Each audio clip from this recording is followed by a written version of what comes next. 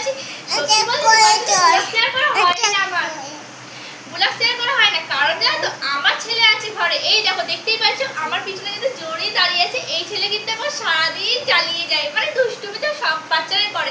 আমার বেবি কিন্তু সবসময় আমার সাথে দুষ্টুমি করে।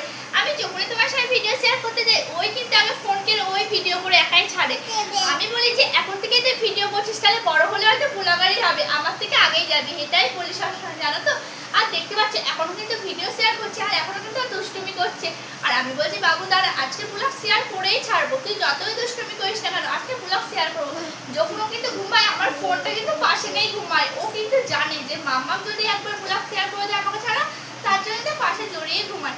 তোমরা সবাই জানো। আর সত্যি বলতে কলেজ পরে কিন্তু হোলি, তার আগে কিন্তু আমার বাবু শোনে এরকম ফিচকি কিনে ফেলেছে।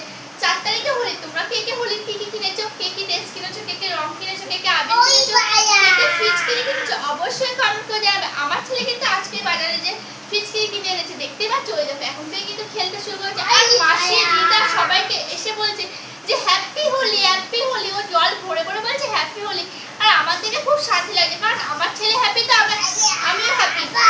সত্যি বলতে আমার ছেলেকে কেউ বলুক কিছু কিংবা কিছু খারাপ কথা বলুক, এটা কিন্তু আমি সহ্য করতে পারি না, সেটা ঘরের লোক হোক কিংবা পরের লোক হোক। আমার কিন্তু সন্তান আমার কাছে আগে, তারপর সবাই, আমার ছেলে আগে তারপর সবাই। যদি আমার ছেলেকে কেউ দুচ্ছাই করে সেখানে কিন্তু আমি থাকি না। সত্যি বলতে আমার ছেলে আগে তারপর সবাই। তো যাই হোক, তোমার সাথে আজকে ব্লগটা অনেক শেয়ার করতে পেরে আমার খুব ভালো লাগলো। চলো ভিডিওটা শেষ করছি, নেক্সট ব্লগে আবার আসছে, তখন ভালো থেকো সুস্থ থেকো, পাবে ফের লাভ। আর তোমরা বলবে তোমাদের ঘরে বাচ্চারা কিরকম দুষ্টুমি করে, এরকম ভিডিও করতে দেয় না, না তোমার সাথে ভিডিও করে, কোনটা করে সেটা কিন্তু অবশ্যই কমেন্ট করে জানাবে।